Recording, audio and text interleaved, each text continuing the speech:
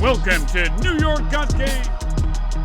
We are back with another edition of New York Got Game. Basketball season is almost here. Just went through media day the other day. Preseason games start next week. I'm Dexter Henry, joined with my guy, Bryan Fonseca. And we've done a lot of content this offseason, but now we are in training camp mode. So we are going to take your questions. It is Knicks fan mailbag time. Yes. We're going to go through some questions. Hopefully you guys came with some good ones. We have not seen any of these questions. Our producers are giving it to us on the go, and we're going to react to them. So let's get right into it. We got one from @Mr. Lee, like the name there.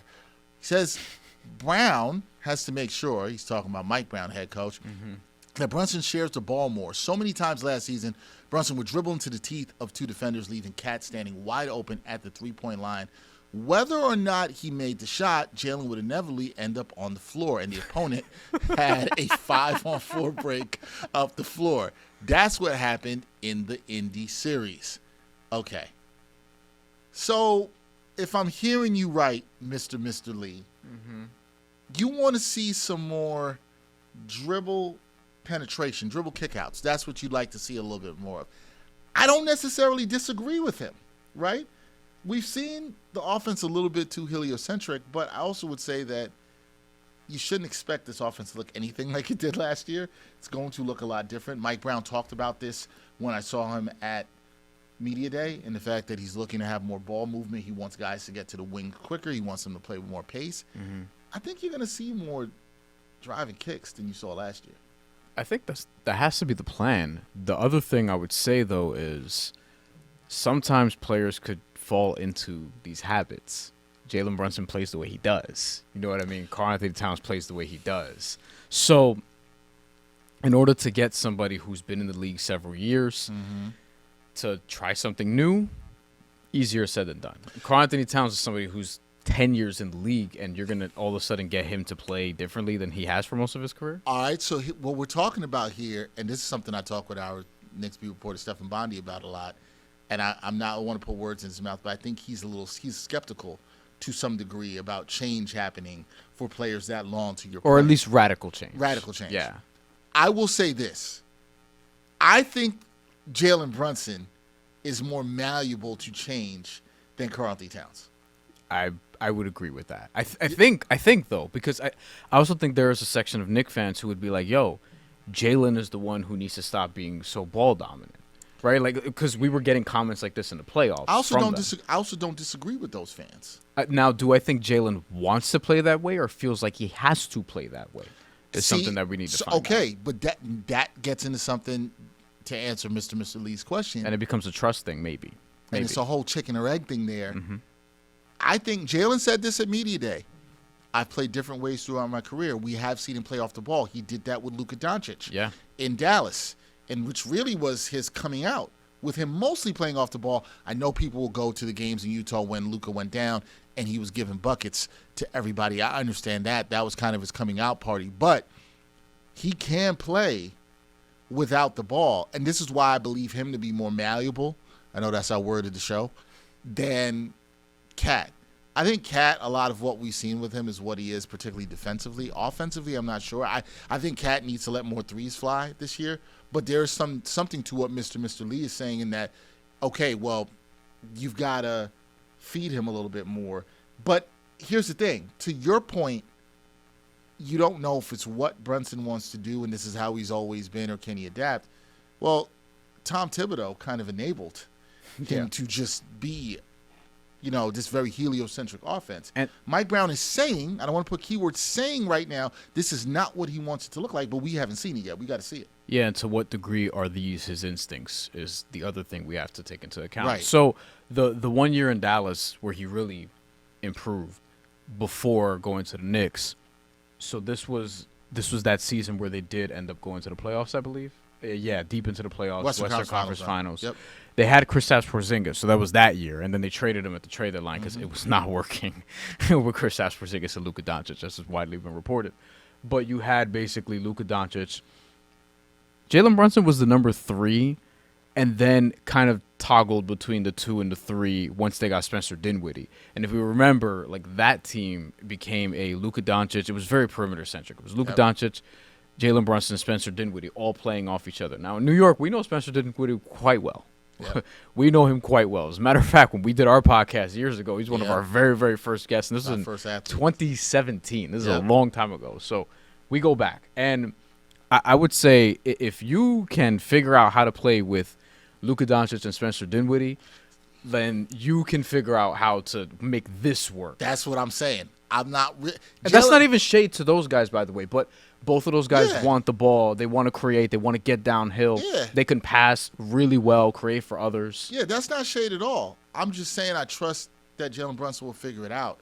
And I think he can in this offense. And I think he's a winning player, and I think he's going to do what's best for the team. I don't think Mr. Lee, at Mr. Lee, you want to put the ad on your name, I don't think that he's wrong on this. I think what you're seeing is right. But I would just say let's trust it. Let's trust and see until we see otherwise. Let's see how it looks in this offense. Yeah. That's what I'll say. Okay, on to our next question. We got it from @Mizzo9. Said, I would really like JB to be more of a passer. So we're on to a theme here. And more ball movement in general. I like this Move OG around more instead of parking him in the corner. Now, here's what's interesting about this comment. Not really a question here, but what's really interesting about this comment and what we heard from Mike Brown on day one. He talked about playing more with pace. I just mentioned it before in the first question. He wants to see guys, particularly his wings, get to the corners. I found that interesting. I would like to say this. I think a lot of times when fans think about pace, and I was talking about this with Stephen Bondi on Media Day, they think about, oh, it's just playing faster. No. A lot of coaches will tell you it's about how you move the ball when you are in the half court, right? And so you want to move it with pace. You don't want the ball to stick. That's the problem that some people have had with Jalen Brunson, right? The ball sticks, right? We've also heard this going back to the Melo years. The ball sticks, right? And it allows the defense to just focus in on one place, and you're not doing anything. You want to make the defense work. I don't think you want to park guys in the corner, but you want to have movement. Can they get it there quickly? Can they understand what to do when they are out of those situations?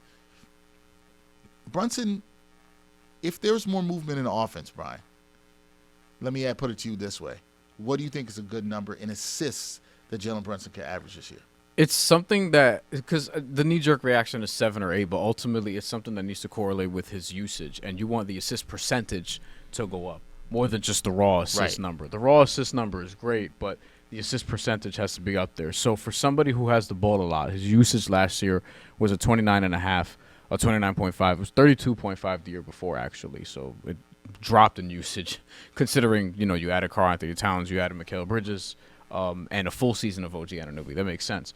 The assist percentage dropped from 33.5 to 32.3, and those are actually the two best numbers of his career, but part of that is he had the ball more because there was no, not even Luka Doncic, but there was no Julius Randle anymore. That's the other thing. And he obviously had the ball a lot. So I think it's the assist percentage, and it's the usage coming down and the assist percentage coming up. The usage comes down from 29.5 to, say, maybe it's like 28 or something along those lines. Ultimately, when you're the best player on an NBA team and a contender and you're a guard, your usage is going to be high. Yeah, it's going to be in the high 20s at the very least. So the usage might not even take much of a hit. We'll see. But the assist percentage, I would like to see that climb up. And that'll probably get you to, I don't know, 7-8 assists per game is, I think, the number that people would want to hear. He got to 7 last year. Even though it didn't feel like it, he did get there. Now, which is the number I had him. I think I had him over 6.5 before the season when I did our best bets for the Knicks show. So in the playoffs, it went down from 7.3 to 7.0, and in the playoffs, if I can just pull this up here, in terms of the advanced metrics, his usage jumped up from 29.5 to 32.6. His usage was actually much higher in the playoffs the year before, but Julius Randle was out, if you recall. Go ahead. I'll say what it is. And then the assist percentage was up to 34, but the usage also went up. So it's a little complicated. I think the main thing is you want to see, if the assists go to 8, great, but ultimately you want to see the percentage go up, because if you want Jalen Brunson dominating the ball less but getting his assists higher, ultimately to get assists you have to have the ball. He's not a guy you're going to swing to and he's just going to always just swing it to the other side or whatever. He's going to create. The other part of that is two things. One is what is happening when you have the ball, right? Yes. Is there enough movement off the ball to generate quality cuts, which can make easier passes for you to do it? And are you a willing passer? I think Jalen Brunson is a willing passer. I think it's about what's happening off the ball. The other thing that goes back to our last episode we did together is, well, also what are your minutes looking like, yes. right? Because if you are playing a lot more minutes with more usage, and that's why the playoff numbers and why you said it's complicated, you're right, Brian, because it's like, all right, in the playoffs, you're going to play more minutes. You're going to put the ball in the hands of your blessed players more. What you don't want is the offense to be predictable, which is, I think, what this commenter's comment was. I don't want the offense to be as predictable.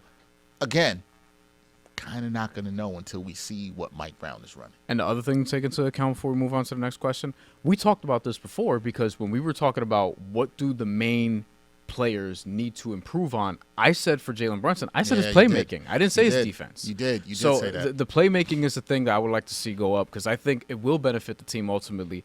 If the points go down a couple, if the assist percentage and the raw assist numbers, I suppose, go up, the usage goes down a little bit.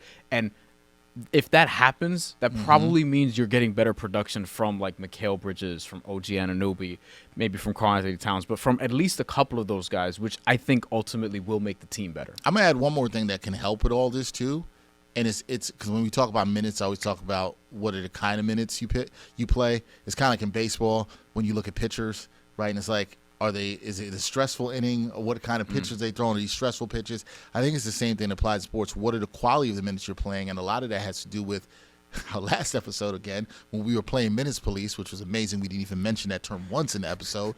But with a better bench, maybe it also helps increase that production for Jalen Brunson. Yeah. He's got other more quality players coming in when you're mixing in the rotations and staggering minutes. He's now playing with more quality guys who, when he passes them, they can do something with the ball. Yeah. That stuff matters too. Okay. Yeah. All right, next one. We got at Richie Arrow 6205. OG at 35 to 36 minutes per game. WTF. What are you smoking? Was he talking to us? Because I don't think we had him that high. But okay. His injury history and cardio are a problem. Guy's always exhausted. Try to up the court. Tibbs killed him. He should be at 30 to 32 tops. I think we actually got OG down to that range. No, I think it was like 34, 35-ish. But regardless, if he's your best two-way player, and he is, because Jalen Brunson, that's inarguable. Jalen Brunson, yeah, like the only real competition is like Mikal Bridges, but it's OG. He's gonna play more than 30, 32 minutes, most likely, unless everybody comes down. But it's very often you've seen in the NBA, it's not always the best player who leads the team in minutes. It could often be the best two-way player. Because I remember when Jimmy Butler was like barely an all-star and Tom Thibodeau was playing him like 40 minutes often just because he was like their best perimeter defender. Not to reference Tom Thibodeau, but like a lot of nobody's trying to hit 40 minutes for him. But a lot of coaches, Mike Brown, he's malleable, but he's old school. Like he probably will lean on OG Anunoby a lot because of the switchability. Yeah, and if we're talking about 34, I think we had him at 35. That's what we got him down to. Okay, and the injury stuff, you're right. OG's just coming off his healthiest season of his career. Yeah, knock on wood. He just had, and we'll knock on the desk here, but it's fine. Look, I think we said this with minutes too. You have to be, I hate to use this word again, folks, malleable with it, right? You in an ideal world, I'm with you. You'd like him at 30 minutes, but it's not going to happen for everybody. And I think this is the other thing that people have to understand. I know this is what I'm going to say right here. I understand we did this with the 2K sliders, but this ain't 2K. Like, I got to keep it real, right? So there's a human feel to this, and you have to adjust. Something might happen in a game. Somebody might be hot. It's not like, the computer is auto-subbing for you, and it's going to take this person out when they get to 32 minutes. That's not how this works, right? What you want, and this is the point I was making last week, is you have to take care and kill the teams that you're supposed to kill. That's how you also help keep minutes down. That's how you help keep guys fresh. All that stuff matters too. Now listen, OG is a guy who's played a lot of minutes. Is stuff about the conditioning, I don't know where that's coming from. Like, OG's been pretty well conditioned. I don't see that part of it. The person who I worry about conditioning with is Mitchell Robinson, but that's a whole nother story. Mm-hmm. OG's been fine. I think he is fair concern, he or she, fair concern about OG staying on the court, right? He had made a certain kind of energy. Fair about wanting him to stay on the court. I understand where you're coming from. Yeah. He's coming off a healthy season, and I really feel like, again, until I'm proven otherwise, I just think in the way Mike Brown has talked, he talked at Media Day about playing 9 to 10 guys. I think he's really going to try to play 10. I really think he's going to try to do that. I think there's an emphasis in the organization for that to happen. I don't think we're going to have to be worried. I think the minutes police can chill a little bit this year. I just don't think you have to be worried about it that much. I'm not really as worried about it. And if you look at who played a lot of minutes last year, you're going to see a combination of two-way guys and also just ball handlers, like bona fide star players like a Jalen Brunson, for example. First of all, 3 of the top 5 guys were Knicks, as we've joked about here and plenty of times. And we know that can't happen. Yeah. We understand that can't be the case. You know, I'd be surprised if that happens again, because Josh Hart literally led the NBA minutes per game last year. Devin Booker was second, Mikal Bridges, then Nikola Jokic, then OG Anunoby was right there at 5. And then after that was Kevin Durant, old-ass Kevin Durant, 36.5 minutes per game. So if Kevin Durant could do it. We're not saying that's good for Kevin Durant, because Kevin Durant should not be doing it. Kevin Durant should not be doing it. But and just to throw out some other names, because 20 players played 35 minutes or more per game last year. We're not going to read off the entire list. And if you want to round from 34.6, you know, that's 24 players. But it's a lot of stars and some two-way guys. Jason Tatum is a star and a two-way guy, as a matter of fact. He's up there. Anthony Edwards is up there. Jamal Murray is up there, which is interesting, but Denver also didn't really have a bench. So what were you going to do? There you go. Damian Lillard, that may have contributed to some things. They didn't have a bench either. Fred VanVleet, who unfortunately just tore his ACL, but not the best player on his team and was probably the best two-way player on his team at the time. Because Amen Thompson hadn't made that leap until later in the year. This is why things need context. The Rockets, and this is their issue now, they did not have another ball handler they could trust. Right. So sometimes you're playing these guys because there's, again, you mentioned the Bucks, no bench for Dame, right? You mentioned the Rockets, they had no backup point guard they really, truly could trust. So this is where you get some of this stuff, and this is why some of the minutes should go down. Kelly Oubre played 34.6 minutes per game last year. Philadelphia didn't have people to play. They had to play somebody, and somebody had to take those minutes. And look, we think the Knicks are deeper, but we don't know if they're actually deep until we start watching them play. I completely agree. What if Jordan Clarkson's been in the league for a while, and I think he's going to be good, but what if he's fried? Like, we don't know. You never know. You can't. This is why they play games. And with OG, I think, look, to your main point from last episode, if they handle their business, he should not be playing 35 minutes a game. Like, handle the Wizards, handle the Nets, handle the Bulls. Like, handle some of these teams that you're going to be big favorites against. Utah. Right. Sacramento, as a matter of fact. I don't think they're going to be that good, but we'll see. Mike Brown's old team. On and on. The Pelicans. Don't play with your food, man. Yeah, and that's going to be part of it. But then also, it's like Pacome Dadier, if he proves himself, then maybe this number drops. But if Pacome Dadier is not ready, if he's still on the roster. Right. And if Josh Hart just told you he's going to play all year with a finger injury, he's probably not going to play the same minutes as before. So we'll see how that affects OG Anunoby. We'll see. All interesting. All right, next up. At size 9 came to us. Friend of the at show. size _9. Yes. Friend of the show. Only in this world of the ungrateful, we make up shit. What has Mike Brown's team's defensive rank been his past 3 teams? And y'all praise this nonsense of his offense with the Kings. Newsflash, that was one season, and then what happened the next season. What we did to the old man was foul, and y'all know it. All right. I'm going to say this. Who is this directed at? Does it matter? It's just anger. It's just early. Yeah, how are you this angry in the offseason? That's my first question. Well, no, it's because it's a pro Tibbs tweet. That's I'm going to say this, and size 9, you always bring the energy for us on the live show. And if you were in the Tibbs camp, I get it. We appreciate you. If you're in the Tibbs camp, I get it. But here's what I also have to say. You got to get over it. He ain't coming back, man. Like, you got to get over it. Now, if you want, and we've talked about this. We talked about this with Steph, who was on with us right after Tibbs was let go, and they were looking for another head coach when they hired Mike Brown. Right after the Mike Brown press conference, I actually remember we had this conversation with Steph. Some people out there might say, Dex and Bryan, I don't know that Mike Brown is that much of a better coach than Tibbs. Which we said. When we said we don't know. me and Bondi definitely said that. And I think it's definitely repeatedly. even. So you don't know that, right? But here's the thing. I think people sometimes look at better as, oh, well, this coach had to have done this and much more accomplished. Like, for example, I'll give an example here. Mike Budenholzer won a championship. Is he a better coach than Tibbs or Mike Brown just because he has a title with the Bucks? I wouldn't say so. He had Giannis. Yeah. And that doesn't mean every injury break possible. Right. That doesn't mean he's a better coach. All due respect. Right? And that's no shade to Mike Budenholzer. But that doesn't mean he's a better coach. I think what could happen here, excuse me, is it's not saying I know this for sure or not. Mike Brown could be a better fit for this roster. Sometimes it's fit that matters, an opportunity, and that's it. Now, Mike Brown is an offensive coach, learned a lot from Golden State, and did have a good offense in Sacramento 2 seasons ago. It came down last year, and you're right, they struggled at the beginning of last year. They also, Sacramento, because they're not a very well-run organization, got him up out of there without the chance to do it. And how have they done since he was gone? Well, that's the thing. Sacramento, before Mike Brown, and this is if you're pro Mike Brown, this is what you're hanging on to. Or if you're anti-Tibbs, I suppose. Sacramento was one of the worst, and still probably is, one of the worst organizations in all of sports, considering that they didn't make the playoffs. They had the longest playoff drought in the NBA. And Mike Brown led them to the playoffs after 17 years or whatever it was. And they had another good year after that before it all ended up tumbling down.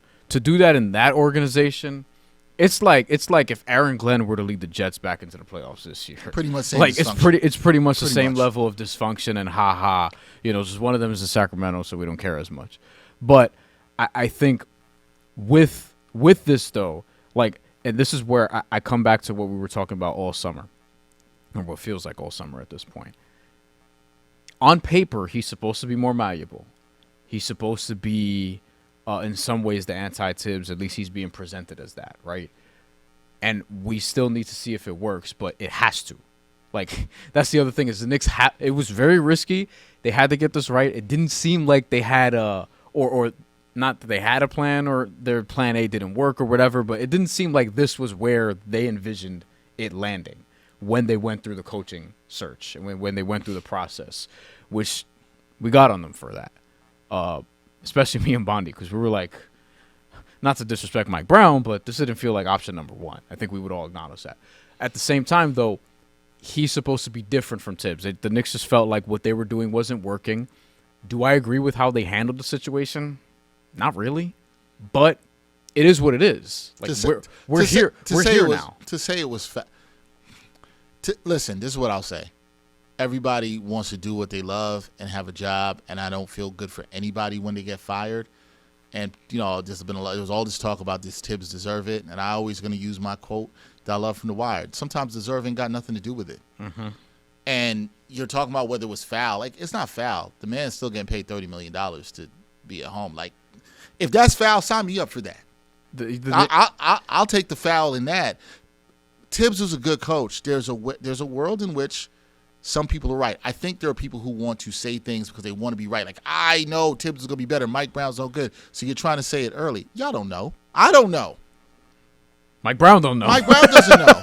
Like, if you're saying you know, you're lying. You don't know. You have no idea. You got to see. Yeah. You got to see. The Knicks, I'm with Bryan. Bryan and I have said this all summer. They took a risk. It's a risky move. Sometimes to get to greatness, you got to take risks. Mm-hmm. Some of y'all might want to play it safe. I don't think you win stuff like that by playing it safe. You sometimes have to take risks. Sometimes when you take those risks, you're wrong. And you know what? Just this week, in terms of doing this, firing Tom Thibodeau doesn't even seem that risky when the Liberty just got rid of Sandy Brondello a year after she won him a championship. I was going to bring that up. Like, that to me is a lot more foul. Yeah. Like, yeah. In terms of this, it makes the Tom Thibodeau firing look pretty tame. In an injury plagued season. An injury plagued season. Where you're that one. That's a risk. that one is like, I'm almost like, what are y'all doing? Yeah. But this goes back to these organizations really, they want to be in championship or bust mode. And when the Knicks fired Tom Thibodeau, in their statement, they basically said, "Hey, we feel like this is a championship level roster," which I respect. So they think Mike Brown is the dude to take them there, and ultimately we'll see. We'll see. That's the thing. I respect you saying where you are and where you think somebody's going to go. You just got to hit on it. If they hit on it, great. If they don't, we're going to talk about it. Mm-hmm. I don't know what else to say. Next up, we got at Joseph Rollins 1318, and he says, both of you are so wrong. He came out hot about Bridges. Stop trying to make the guy what he's not. He's never going to seek contact. Not sure we ever said that. We actually, wasn't he number one on my list of players in terms of needs to improve this? Okay. He's never going to seek contact. He's never going to get lots of free throws. He's an Iron Man for a reason because he avoids contact. Also factually incorrect because he got to the line much more in Phoenix and in Brooklyn than he did in New York. And in Brooklyn, that's what we talked about. And in Brooklyn when he was miscast as the number one option. Correct. I am not, and I don't think either of us, Bryan, I'm going to speak for you, neither of us are saying that the things that we were critical about with Mikal Bridges all last year, if you watch the show, if you watch any of the lives of myself and Bryan and through the playoffs, we were critical of him avoiding contact. Yes. Okay? We were tired of the fadeaways. What I did say... And I would like to repeat what I said, because if you're going to say that and say we're tripping, then you got to come with the facts. But I got the receipts. We said, and I was the one, because who was your number one person in terms of the Knicks that needed to improve? Who did you have as number one? I had a different number one. Who did you have? I had Mikal Bridges. Did I have Deuce? You might have went with Deuce. Okay. So you had Deuce. I had Mikal Bridges. I said if he improved his game in the ways that I thought was necessary, it could be the most impactful to the Knicks, because that's what we were discussing. And Mikal Bridges needs to do better at a couple of things. Above the break threes. He was not good at that last year. Shot fine in the mid-range. Came with huge defensive plays in the playoffs. But here's the problem for some people, and I guarantee I'm making a big assumption here, and it's fine if I'm wrong. But the person that put this, you're the kind of fan that's still hung up on the 5 picks. It's a sunk cost. I'm going to say it like the Tom Thibodeau stuff. You got to get over it. You might not have liked what the price was. You might not have liked the price the Knicks paid.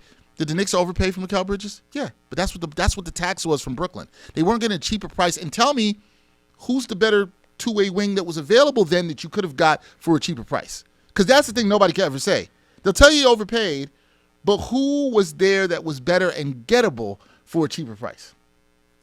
Maybe Jimmy Butler. You're going to say Jimmy Butler. Maybe, but we didn't know he was as gettable at that point. I'm talking about at the time. I don't know if he was, and the Heat seemed pretty willing to just keep him, and it bit them in the ass. So, hey, what we're gonna do? I'm sure Tom Thibodeau would have welcomed that. By the way, to add to the free throw point, the free throw attempt rate, because we're gonna come with the numbers. The free throw attempt rate for Mikal Bridges last year was, as we've mentioned, the worst of his career. Yeah, .100. Yep. Before that was .245. Before that was .279, .356 at this time is Brooklyn. Mm-hmm. And even in Phoenix, it was .183, 196, 252, and 210. So, translation, free throw attempts per game. If you just want to do the raw numbers, the most simplistic way possible to figure this out, his free throw attempts per game last year was 1.4. That's very, very bad for somebody who plays a lot of minutes. But before that, the year before that, literally the year before that, 4. Yeah. 4 free throw attempts per game. Before that, by the way, 6.6 in the 27 games he played with Brooklyn after that trade. Before the trade was 3.1, so he was at 4.3 for the season. And before that, he was hovering around 2 outside of his rookie year. So all more often than now. So the avoiding contact thing, and by the way, those other years when he wasn't getting to the line as much, he also wasn't really looked at for offense at all. He was a fourth option at times. Yeah, at any point in his career until he got to the Nets, this wasn't really a thing. And when he got to the Nets and had the ball in his hand, he was getting to the free throw line. A lot. And this last year, historically, pretty much a one-off. Now, if you think he's going to put up the Nets free throw line numbers, you're being ridiculous. That's not going to happen because he's not going to have the ball in his hand that much. But should it be as bad as he was last year? No. And we've been saying that. To act like that the two of us have been here defending Mikal Bridges, either A, you haven't watched the show, B, you're just mad because they gave up the 5 picks, and I understand that to some degree, but you got to look at the context. Here's what I will say, and I talked to Steph about this on Media Day. We both sat there and heard Mikal Bridges. And I'm going to take Steph's words on this. Steph said Mikal Bridges had not sounded so relaxed as he had heard him in years. Now, some of that might have been because he got his bag. That might be a lot of it. Yeah, I'm sure that happens. He's relaxed. He doesn't feel like he has much to prove. And I've said this. I see a world where Mikal Bridges could be better in year 2 than he was in year 1 in New York. That doesn't mean it's definitive. He could also be worse. And I know how y'all are going to act. Y'all not going to know what to do with yourselves. Because if he's worse in year 2 than he was in year 1, we're going to have fun people in these comments. This is going to be tame that we just read. That's going to be tame. They're going to really come. But to say that we never said we knew what he was going to be or what he's not going to be, I don't know that.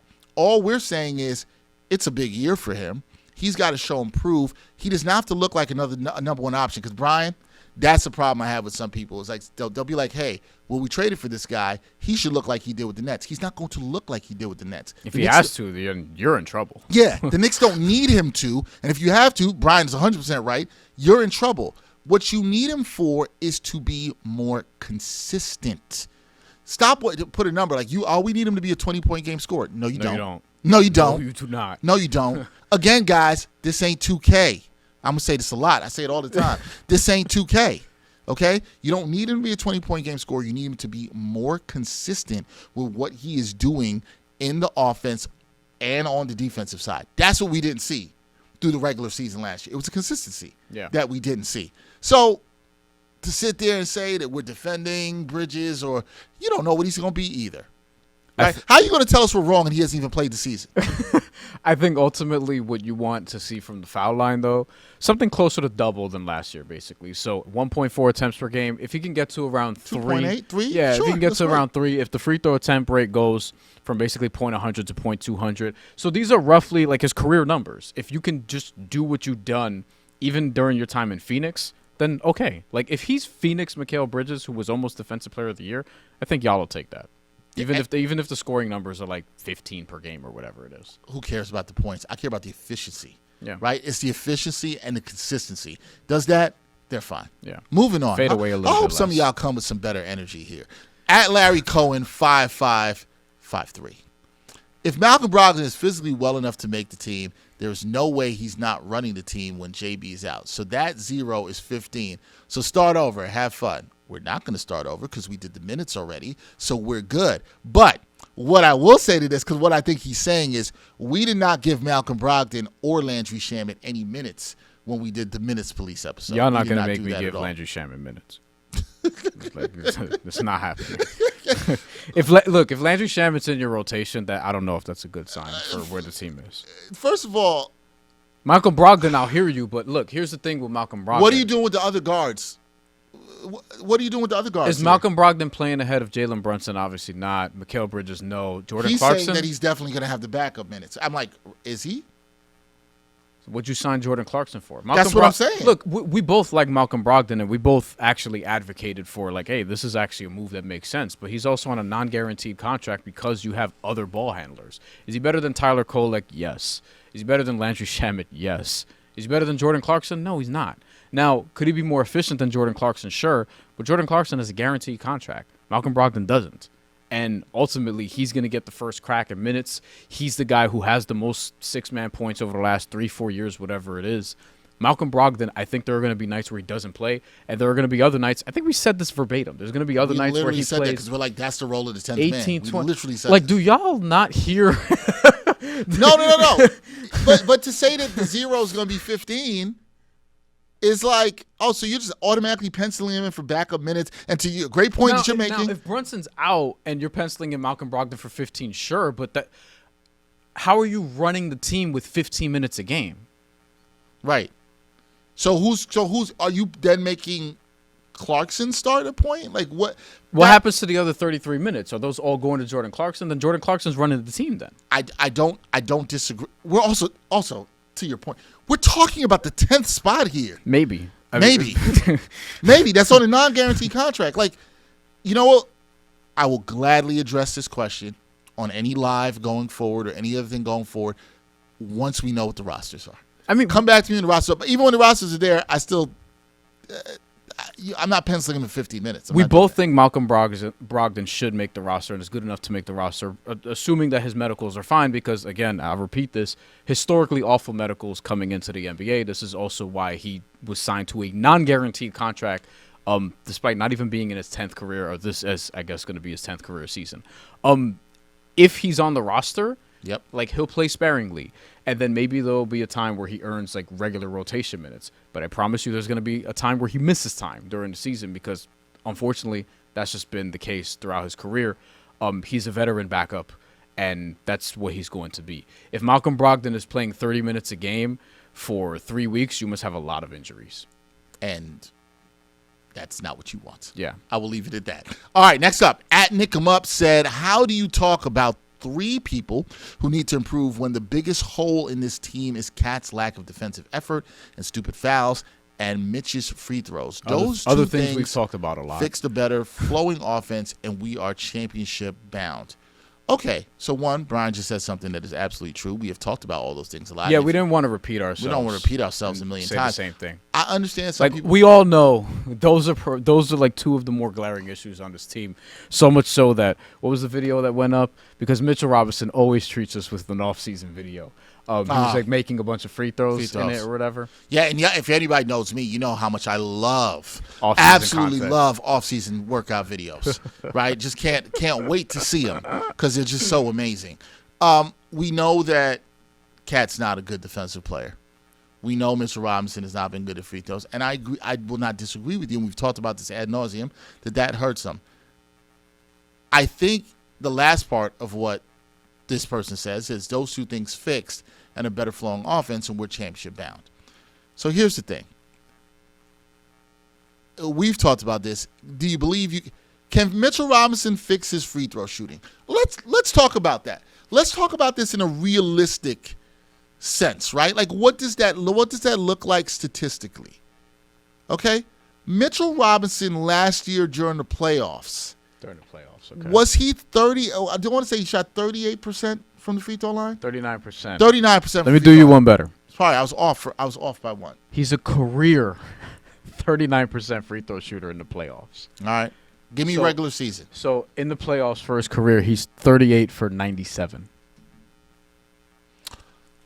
You want regular season? No, forget it. We don't need regular season, man. We know it's not good. What I'm saying.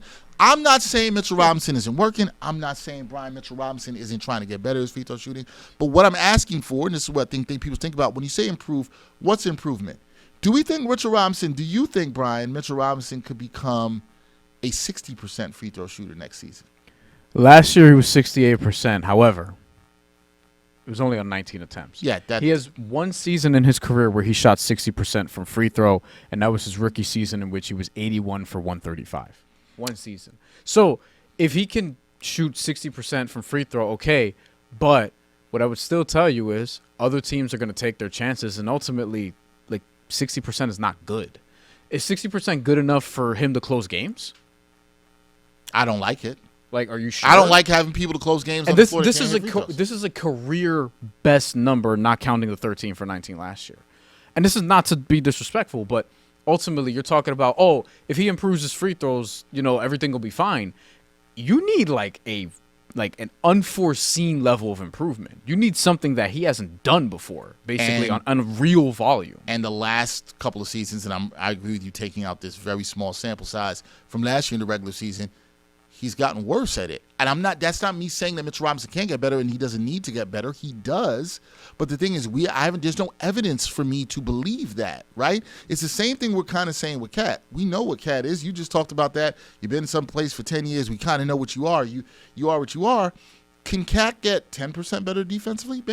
Maybe. What does that look like? I don't know. You talked about conditioning being part of that. I talked about that too. I also believe that, listen, the last part of what this person said in their comment that I do agree, and I think is the key to the Knicks winning, the Knicks have their 2 best offensive players are their 2 worst defensive players. We all would agree. They've got to maximize their offense. That is literally their best chance here, right? And can they plug and play enough holes, whether it's Deuce, whether it's Mitchell Robinson, the minutes you can play him on the floor, which might not be at the end because he doesn't hit free throws, and that is a problem. can you maximize that offensively with enough defensively that they can cover those glaring issues and weaknesses from their two best offensive players? I don't know, but I feel like it's their best path because you got some holes defensively with your two best offensive players. But again, if you think it's just Mitchell Robinson, not that this person was saying it's just Mitchell Robinson improving his future, what's that look like? What's the number? What are we talking about? If teams are doing hack-a-Mitch and he's going 3 for 5, 60%, are they going to stop? Probably not. Because the numbers say at some point the cliff is coming. And also, if you keep doing it and he's 6 for 10, if he's 60%, like his best career year was on real volume, you still have 4 free throws sitting there, and you still have a team that's going to be out of rhythm because they keep fouling your center who's shaky from the free throw line.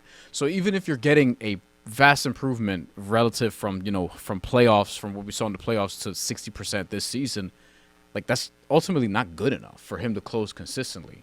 Like you need a huge improvement. You need him to get to like 75%, and that's probably not gonna happen. That's never happened before. Never happened before.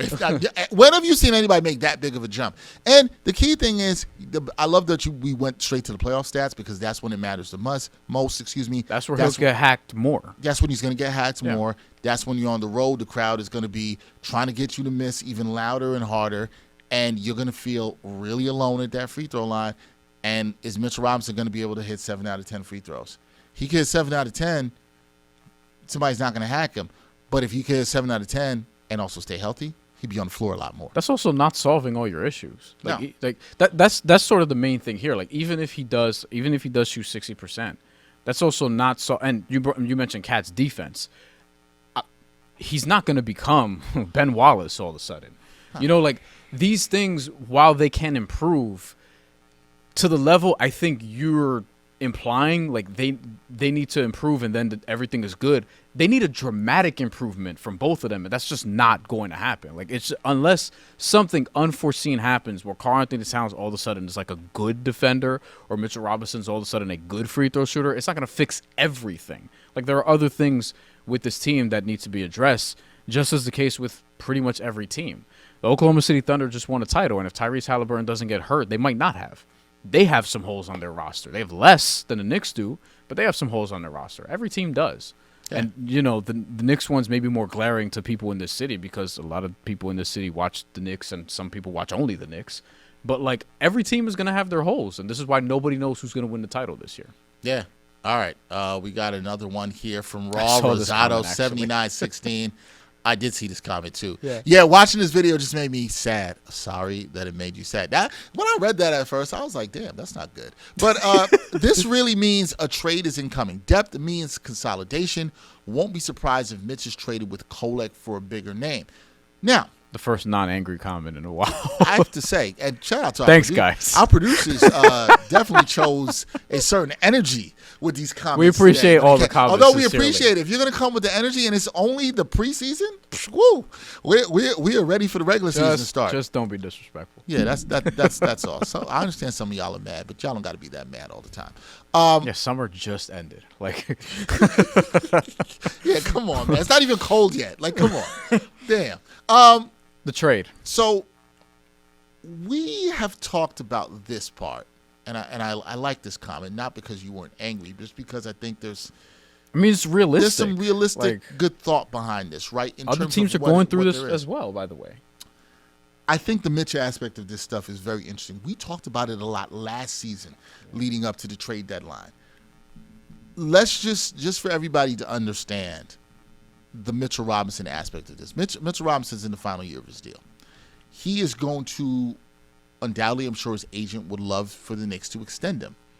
And the Knicks could extend him right now, but the Knicks also have to think about where they're going to be financially, going over the second apron, all this other stuff. Do you want to pay somebody right now upwards of, he's making around $13 million this season? Yep. In the extension, I'm sure Mitchell Robinson would like to get paid a little bit more. Let's say Mitchell Robinson wants to go up to, let's say 18 per. I'm just throwing that number out there as a number. What did Miles Turner get? Miles Turner got was it around 20? Not that he's going to get that, but right. I could see it going north of 20. Let's say who you see Mitchell Robinson asking for north of 20. Asking for? Absolutely. Asking for doesn't mean you don't get it. No, for sure. Okay, Miles got 4 for 107, so that's north of 25. North of 25. Okay, yeah. Here's the thing. Miles, this is no shade to Mitchell Robinson too, who I like, and we know his impact in terms of offensive rebounding. We know his limitations in terms of his health, and also we just talked about the free throw shooting. Mitchell Robinson, the health is the biggest thing. Miles Turner, your best ability is availability.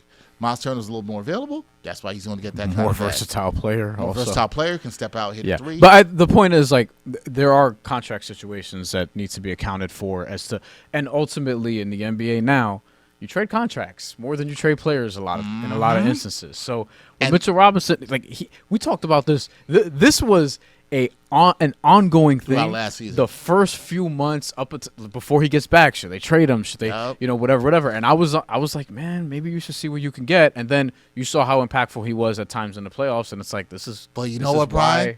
You know what? I'm kind of on the maybe you should see what you can get. Well, it would be bad business to not inquire. This comes down to one person. Ariel Hukporti. Yes. I hope we said that right. Ariel Hukporti. So with him, this is your best case scenario if you're the Knicks front office, not if you're a Knicks fan necessarily, because if you're a Knicks fan, you probably want Mitchell Robinson to stay, and why not? Like, this guy he's the longest tenured Knick right now, if I'm not mistaken. Going into his 8th season here, and he's been in trade rumors multiple years. Now with an expiring contract, that's inevitably going to come back up. The thing is with Ariel Hukporti, we just talked about the possibility, can he get a Deuce McBride contract? Like, if he is good enough, like if Mitch, knock on something, but if Mitch has to miss time again, even if it's just a month, and Hukporti looks good, he looks like a legitimate backup center. He can give you 12, 14 minutes a game that you can survive on. The rebounding is 4 or 5 a game. The scoring around the rim is productive enough. He's screening well. He's anchoring well enough. Like, yeah, at that point, and maybe you feel like, oh, this team needs another shooter, another creator. Like, once you see the product on the floor, that's ultimately what it's going to come down to. And you're going to make the decision, hey, is Mitchell Robinson worth trying to add somebody onto the wings in the guard spot, or another forward who, because Gershon Yabusele, we don't think he could guard up. Maybe you get somebody else who can guard up but is kind of undersized. Like, whatever it is, a shooter, a stretch four, whatever. Like, those things are going to be taken into account. And I think with Ariel Hukporti, ultimately, if he's good enough, you might rather pay him 3 for 12, 3 for 15, than paying Mitchell Robinson 4 for 80, 70, 60 even. Like, that's ultimately what it is. And in today's NBA, it's very difficult to pay centers who aren't elite at something. Or who aren't. He is an elite offensive rebounder. I will say that. Probably the next best offensive rebounder in the league behind Steven Adams. But I personally, this is me, if I was running a team, I don't like paying centers a lot of money who are not elite two-way players. Yeah. That's what I'm not going to do. He is an elite one-way player, very good defensively, very good on the glass.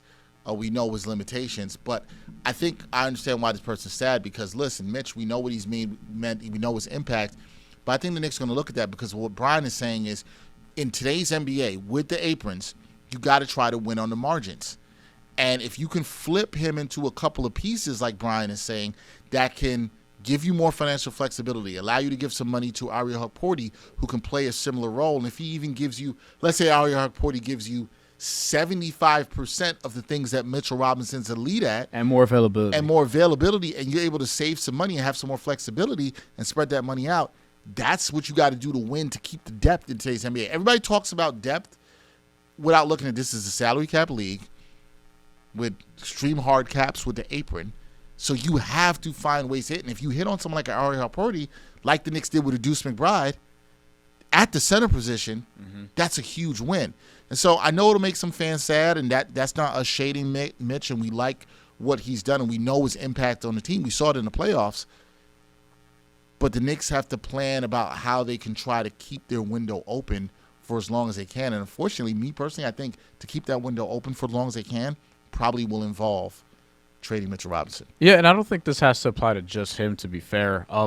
Because we talked about Josh Hart. Now he has a couple more years left on his deal. Yep. But we talked about that possibility, and that's one that's he's one to watch. I think also, even with the friendships, like they let Tibbs go, and Jalen Brunson advocated for Tibbs. Somebody's gonna say that's foul.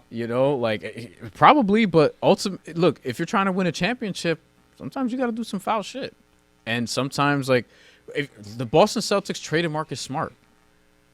That might not mean anything to a lot of people in New York, but but people in Boston loved Marcus Smart. He might get his jersey retired, and this is an organization that they have a lot of legendary players who have walked through there. Part of it because they played in a league where 8 teams, but still they have Marcus Smart, and that's somebody who meant a lot to them, and they went and got Kristaps Porzingis, and it helped them win a title. You have to make those decisions ultimately. Other guys on the roster, real quick, just we'll see what happens with Deuce because.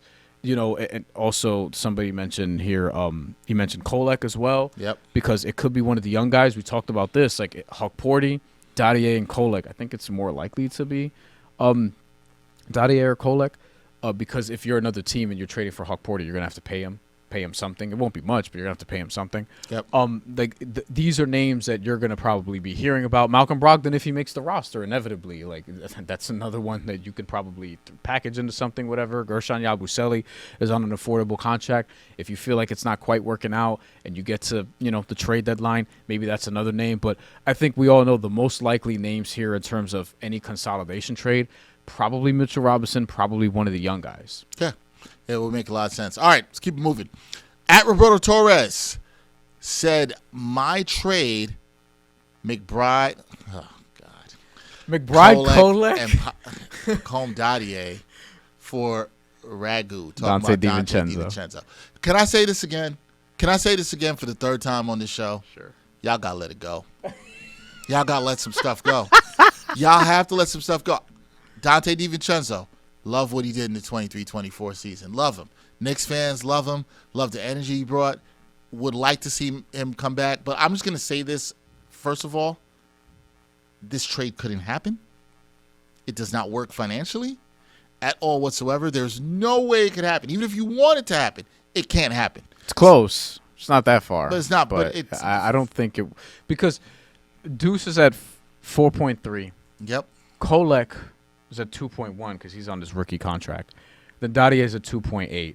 So that brings you to north of $9 million. Dante DiVincenzo this year is at 11.9 and then 12.5. And obviously because of the apron restrictions, there's a Dante DiVincenzo trade you can make. Right. But it's not one that makes sense for either team because Mitchell Robinson might have to be involved, what we just talked about. Financially, that's just the easiest path.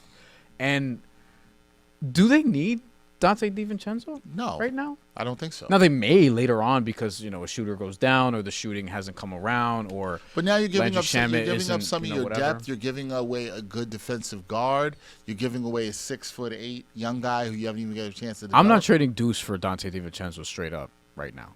I tend to agree with you. I understand people love him, but this isn't happening. I'm not with the impact that Deuce has in some lineups. I want to at least see it through. I'm not saying definitively he's better than Dante or is going to be a better player, but in terms of his potential fit on the roster, I want to see what that's going to be this year. I agree. In terms of Kolek, I mean, I don't know what to expect there. And Dadier, I think you have to see. You have to see him play. We'll see. All right, moving on. We're going to go to the next one here that we have. Thank you for the trade suggestion there. At Lonnie Meeks, 3852. Thanks, said, Lonnie. You made great minutes, please. Shout out to you, Lonnie Meeks, because it's crazy that we did not mention it. I know. Once on the show where we did the breakdown, and a great job by our production crew, how he was able to do it with 2K. It's crazy because we used that term so much last year, it wasn't funny. I'm really intrigued this year. Because I do think Mike Brown is going to play 9 to 10, like he said. I do think he's going to be a man of his word. You know what? I was thinking, will people still find a reason to complain? Yes. Always. Yes. You will still find a reason to complain because we've seen it here. Even if they win a title, there will be some people who say, Tibbs could have done this. Yeah. It's gonna happen. Look, and I was very complimentary of Tibbs just overall. So I'm not even trying to shade him. Yeah, I'm not shading Tibbs either. It's just I the like point. Tibbs It's as just a the coach. point of where we are in terms of sports discourse, the reaction to things that happen in sports, and honestly, the world and everything.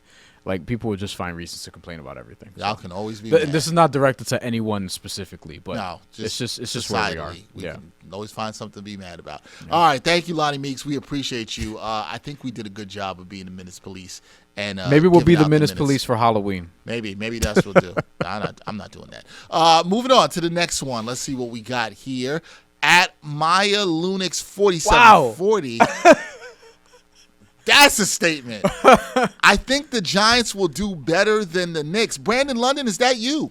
To be fair, so this is 3 weeks ago. Was this after Russell Wilson went crazy, or No, was that this was before that, It was actually. before? Okay. Which makes the statement even crazier. Jackson Dart, now, since this comment has been left, is going to be the starter. Also, Maya Lunix, if you're watching this episode and you get back to us, I want to know what that means. Like, they would do better than the Knicks. Because like, they'll get further in the playoffs. they'll get further. That's how I took that. So what would have to happen is the Giants are winning 2 players. A lot of things. Stephen Bondy doesn't even think the Giants are going to win 2 games. They think they're going to win 2 playoff rounds? What? It was worrying that Cam Scatterboo led them in like every category last game. I mean, to be fair, he looks like he's going to be good, but still. Some of this has to be the trolling that came off of the conversation we had with Steph about how many wins the Giants would have. And this has to be it. The Giants will do better than the Knicks. Wow. Yeah, I landed at 5-7. I said 5, exactly. And Bondi is like 2. I don't think this is going to happen. At least not this season. I'll go out on record and say that. I think the way that the sneakiest way for it to happen would be the Giants figure out how to sneak into the playoffs. The Knicks get into the playoffs, lose in the first round, and the Giants win a playoff game. Like, that's kind of it. It's kind of the only way that happens. That will be depressing. I don't think that'll happen. That would be depressing for this show. Is there for a lot of the Knicks fans? Is there a New York team you think that could outperform the Knicks this coming season? I mean, it's possible the Mets or Yankees go on a run and be deeper than what the Knicks are and get to the World Series. I mean, why can't the Yankees go to the World Series? Why not? Those baseball teams. AL's terrible. Yankees go to the World Series. That's not crazy. And the Knicks end up going to the conference finals and not making it to the finals. That's not insane to me. Not hockey, right? No one in hockey. No. We don't think so. No. I just, definitely not the Nets. Wow. No, I was trying to do that. I would have said maybe the Liberty, but once they got the Mercury series, I was like, that didn't happen. Is that it? Is this all the questions we have for this? This is what we have? Okay, so we had a bunch of good questions and comments. We had some really good ones. I mean, this one's going to stick with me now. Somebody thought the Giants is going to do better than the Knicks, which is, hey, you know what? I got it. You know how the Giants could have done better than the Knicks? It's going to make the Giants fans mad. They could have kept Daniel Jones. He's out here cooking in Naptown. You see, he's cooking in Naptown right now. They're 3-0, right? 3-0. Jesus Christ. 3-0. Our producer extraordinaire, Tommy Hogan, is a proud Colts fan. He was not on the Daniel Jones train, and now he is. You know what's bad when you have Patrick Mahomes as your fantasy quarterback, and you're staring at Daniel Jones on waivers, and you're like, "Yo, I might do that. Should I do this? I might do that." That's And you probably should have. Big Blue had him. That's all I'm saying. Danny Dimes is out here dropping dimes in Naptown, and now I'm feeling good. All right, we'll see. Thank you to everybody working on this, and we thank everybody who submitted comments. We do watch your comments on all the videos that we do, so we try to take them and compile them so we can then answer them as questions and react to them here, so we appreciate you. We'll be starting with lives in a couple of weeks. Myself and Bryan will be doing that once the season starts. Yes. We will have more watch parties. We'll do a lot of more stuff around the Knicks. Also, do training camp. We've got 2 preseason games coming up next week on the 2nd and the 4th out in Abu Dhabi. We will not be there. Stephen Bondi is there giving you all the great coverage, and so we will react to all of that. So we've got a lot more videos coming up, video breakdowns. We're going to break down videos of how the offense looks in those preseason games because I know a lot of folks out there want that. That is going to be fun. But, Bryan, this was a good one. We had some good comments. I'm just asking this season, some of y'all could be a little less angry. Just protect your peace. Yes, literally Protect what your I was peace. going to say, protect your sanity, because it is September 24th as of when we're doing this. This will go up in a day or two. This is going to go on for another 8, maybe 9 months. Pace yourself. So you got to pace yourself. The season hasn't started. We're not even in game 1 of the preseason. So, I mean, look, we'll get answers. We'll see what happens, but hopefully you have a good time because we're planning to. We're planning whether or not they win, we're planning on having a good time on these shows. No guarantees, man. We're going to have a good time. That is my guy, Bryan Fonseca. I'm Dexter Henry. We'll catch you next time, another edition of New York Got Game. And thanks for watching New York Got Game. Boom shakalaka.